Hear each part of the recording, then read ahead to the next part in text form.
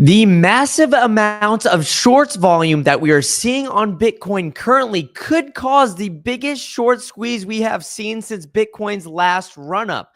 But there are plenty of other factors here lining up for an absolutely parabolic run that we could potentially see later this year. First, let's look at this funding rate of the perpetual futures that went deeply negative earlier this week, causing the largest net short gap in Bitcoin since Bitcoin was 23,000 back in August 2023. Well, let's look back at this chart. August 2023. What was Bitcoin sitting at? 23,000. And over the next 4 to 5 months, it rose all the way up to 70,000. So we are seeing the perpetual Bitcoin futures get the net short volume and just absolutely look primed to shoot up that Bitcoin price here rapidly. But there's a few other factors here.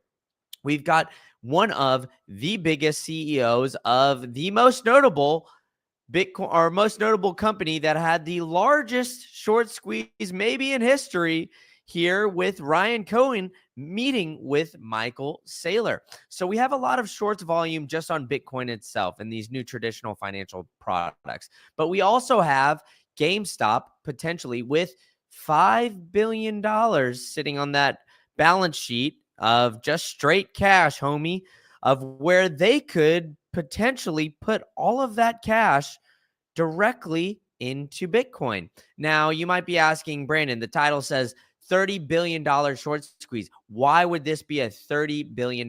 Well, one of my favorite charts to show is this one from Willy Woo here, where we're looking at the Bitcoin market cap gain per dollar invested.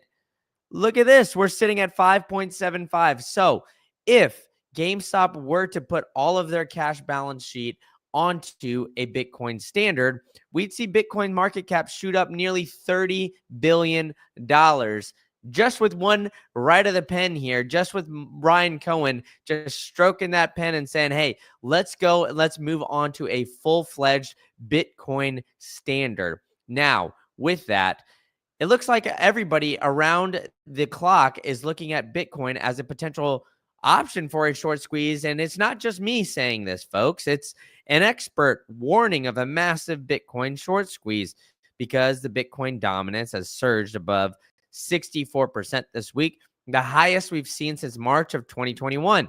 Now, let's go back to that good old Bitcoin chart, folks, because what happened in March of 2021? Well, this was the start of this very big run-up that we're seeing, and we saw Bitcoin shoot to 60,000 there shortly there in March of 2021. So Bitcoin dominance is really resurging, and we're seeing that continue to shoot on the way up. But I think this is the interesting aspect of all of this here, Coach. Or people, excuse me, that the risk is generally shifting towards the downside liquidations, and the risk is shifting to the upside Bitcoin liquidations. So you might be asking me, Brandon, what the hell does all of this mean? This sounds like a bunch of hubbub. Well, what this means is that the risk of the shorts from the top end of Bitcoin's price shooting up have the potential to get liquidated a lot more than the risk of the downside shorts saying, hey, we think Bitcoin's going to crash. The risk is rising towards the top. And I know we're seeing Bitcoin crab walk here, right? Everybody's looking at this chart saying, hey, Brandon, what are we doing here? We got Bitcoin sitting just under 98K, and we're talking about a short squeeze. But if you look at the shorts volume from a bunch of different companies also holding Bitcoin that are a leveraged play on Bitcoin, it's increasing. We're seeing MicroStrategy short interest rapidly increase. It was big at the beginning of this year, and what happened in Q4, it was a little bit delayed, but we saw Q4 of last year really see that Bitcoin price rise. Now we're seeing from Q4 that at the beginning of Q1 this year, the shorts volumes increasing again. So we're seeing a lot of different factors, a lot of companies holding Bitcoin on the balance sheet now getting that leveraged play, and a lot of shorts starting to pile in on there. Now, on the other side of things, we're now seeing mining stocks getting absolutely shorted as well. So we're looking at the potential of a bunch of companies that have Bitcoin on their balance sheet, or the potential to have Bitcoin on the balance sheet. We're looking at GameStop potentially FOMO and $5 billion into Bitcoin, and then creating that $30 billion market cap bump immediately right off the bat here. We're seeing MicroStrategy get shorted, and now we're seeing a bunch of different shorts piling in to these Bitcoin mining stocks. The short bets rose 50% to 4.6 billion in 1 month, and it was the highest it had been in 2024. So these shorts are massively trying to bet against Bitcoin. And what happens when people bet against Bitcoin, folks? I'll tell you a secret. It never really ends up rallying well. But it's interesting, the connection that these GameStop the correlations that GameStop have had with Bitcoin. They've been clamoring that the short squeeze Wall Street bets has been ready for Bitcoin since 2021. There's been a huge correlation between the GameStop investors and Bitcoin and quote crypto guys, crypto bros. It seems like everybody kind of groups them together because they say it's not gambling, it's not investing, it's more on the gambling side of things. Well, I disagree when it comes to just Bitcoin, but hey, I think that what these companies are seeing is that putting Bitcoin on the balance sheet really gives them notice. Now, GameStop made its wave because everybody figured out the shorts, the massive potential for a short squeeze through a Reddit talk forum. But if you just look at the writing on the wall here, MicroStrategy, the true Bitcoin bull of all of these companies, has had a trading volume similar to rivaling some of the Magnificent Seven here. So if MicroStrategy at the time of this article, which was about a month ago, was in the same basket of stocks as the Magnificent Seven, it would rank 6th in that overall volume. And MicroStrategy has the highest 30-day implied volatility of any of those Magnificent Seven stocks. But look at its market cap, a measly $84 billion, right? So the market cap of MicroStrategy comparatively to the market cap of these Magnificent Seven are extremely undervalued. So let's look at the market caps by companies here.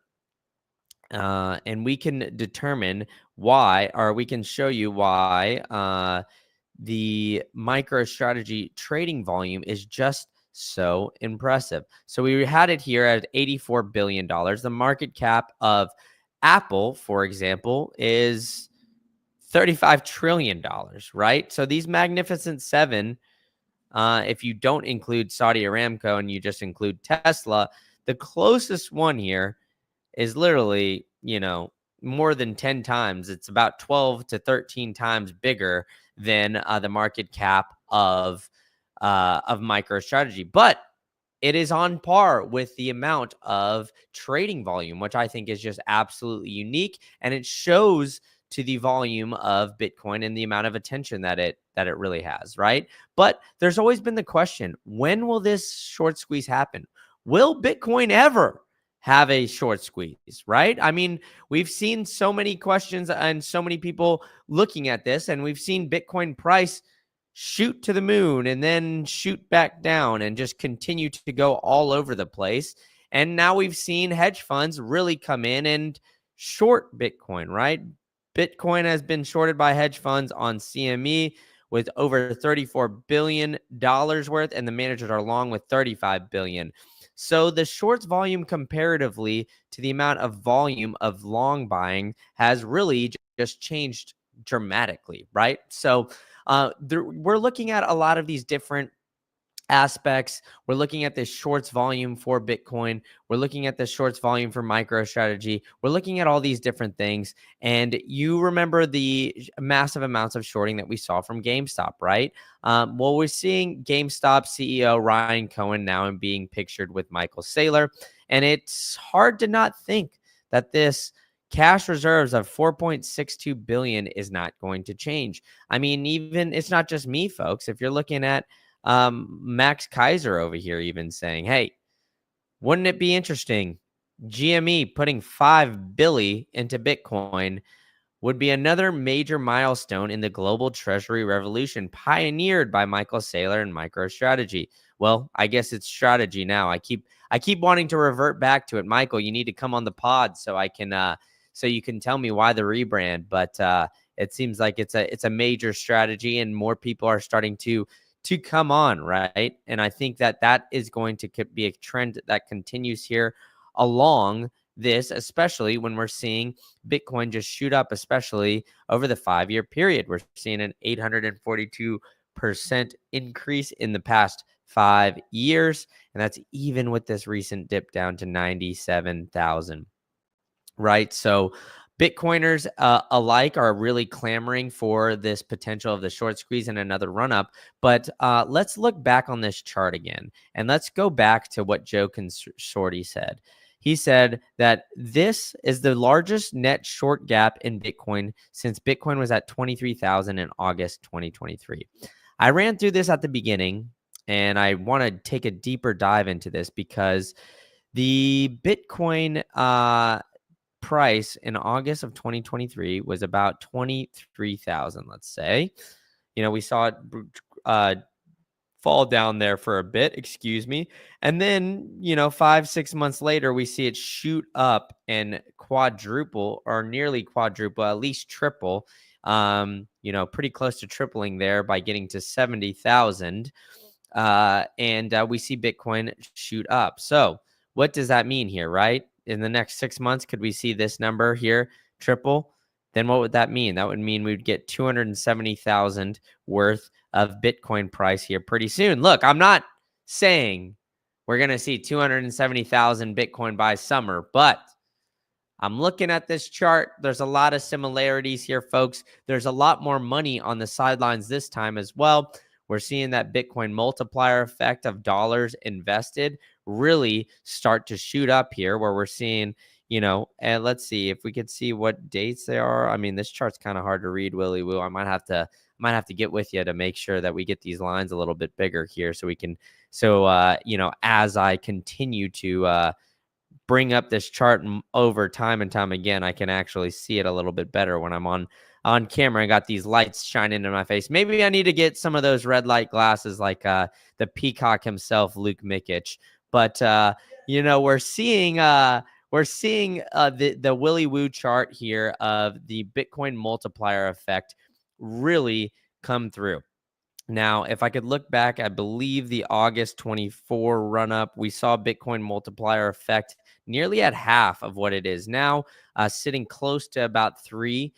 So we're seeing that multiplier effect really come up. And as we see, Bitcoin supply continue to diminish, I imagine we're going to see that multiplier effect continue to run up.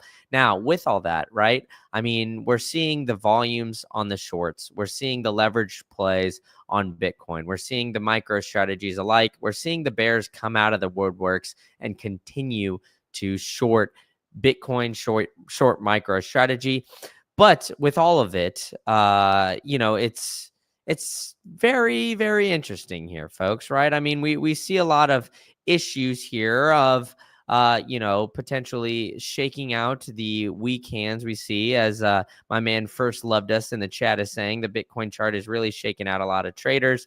Well, it might bring in a lot of traders if we get Ryan Cohen really coming in anymore, or Ryan Cohen, excuse me, coming in and putting Bitcoin on the balance sheet. And Robert, thanks for connecting me in the chat, saying it's not micro. I understand, man. I just I can't shake the name. I did like the MicroStrategy name. Strategy, could mean a lot of different things. And when we're talking strat, man, we're talking strategy. But I guess I'm always talking strategy when I'm talking about Michael Saylor and Bitcoin, and Michael Saylor and strategy now. But I think that leads me to my next point. You need to always have a strategy with your Bitcoin, whether that's you're having it in a multi-sig, whether you're having a plan B passport, whether you're having any sort of issues trying to buy large purchase of Bitcoin. That's why I've partnered with my boys over at the Bitcoin Way. You can go to thebitcoinway.com/green candle. They can help you become self-sovereign. They have the best self-sovereign services that there absolutely is. They've got over 25 years in cybersecurity experience, so you don't have to worry about the potential of people coming to rob your house, as I saw some people in my birthplace of Chicago, Illinois, get robbed here earlier today. You don't have to worry about that. The Bitcoin Way can help you secure your Bitcoin in a safe and secure manner, so you don't have to worry about somebody coming in trying to steal your seed phrase or anything like that. They can have it stored for you, and they can make sure you back it up. You can even get a Plan B passport. So if you want to, have some sort of backup of your self-sovereignty, they can help you do all of that over at the Bitcoin Way. You just got to go to thebitcoinway.com/green candle, and I'll give you a free 30-minute consultation. So go hang out with the boys. They are literally working all around the clock, and they can help you become self-sovereign, to say the very least. Now, with that, right, we're all looking at this chart. It's looking juicy here, folks. We got that funds, the net short gap when Bitcoin was at 23,000, really rising up. We've got GME with a lot of cash balance sitting here on the sidelines. We've got shorts piling in to the Bitcoin mining stocks, and we've got shorts volume nearing an all-time high for MicroStrategy. Now, just strategy, as everybody is saying. And so, great. Robert, he says he's 1 hour away from Bitcoin Way. There we go, man. I love it. 1 hour away from an appointment. Tell him that I sent you. I really appreciate you going in and checking the boys out there. Great sponsors. I always try to bring you guys the best sponsors to help you guys become self-sovereign. And as my man Phil C is saying, we need to shake out the tourist. Hey, I'm a gringo tourist just hanging out here in Peru with Luke while he's attempting to put in some Spanish, like "puerta toma," whatever it is. He's attempting the Spanish. He's not getting it right, but I'm telling all the chicas down here that mi español es perfecto with all of this. So, the chicas here think that my Spanish is perfect. Luke, on the other hand, Lucecito, I don't know. I don't necessarily think so. No te creo. I don't believe you. So, yes, Bitcoin's price currently shaking out all the tourists, even though I might be considered one down here. But we're going to see something shoot off here. And I think this picture here is going to be very foreshadowing here in the next few weeks, as we're going to see some interesting things here come out here. My man TF in the chat asked if that's Spanish or Italian. I have no idea what this guy is saying. All right. He tries to roll his R's way too excessively. Okay. But he tries. Here, give what he's he was in his boxers there earlier on the stream, and now he's lost his shirt. So I don't know if he wants to be on camera and show everybody, but I'm shameless. I don't care if they see me naked. Yeah, I actually got roasted a little while ago by a chick who said, I sent her a voice message. This is a while ago, and she said, "Why do you roll your R's on the word creo? Creo." We got a couple gringos attempting to learn Spanish down here, and maybe it's foreshadowing for where we end up with our Latina wives here in the future. But the picture here, I think, is very foreshadowing of Ryan Cohen with Michael Saylor. And we could potentially see GameStop be that next MicroStrategy. So oh man, TF is roasting this man in the chat. He says he needs to remove the jizzed blue shirt. Oh my goodness, there's no jizzed blue shirt. We're fully nude, baby. Yo. Take it easy, man. Tranquilo, amigo. Tranquilo, amigo. Tranquilo. But I appreciate you guys joining in. I might rip another live stream here if Luke doesn't distract me too much while I'm trying to work. So smoke the like button like Cheech and Chong, and I'll see you guys all a little bit later today.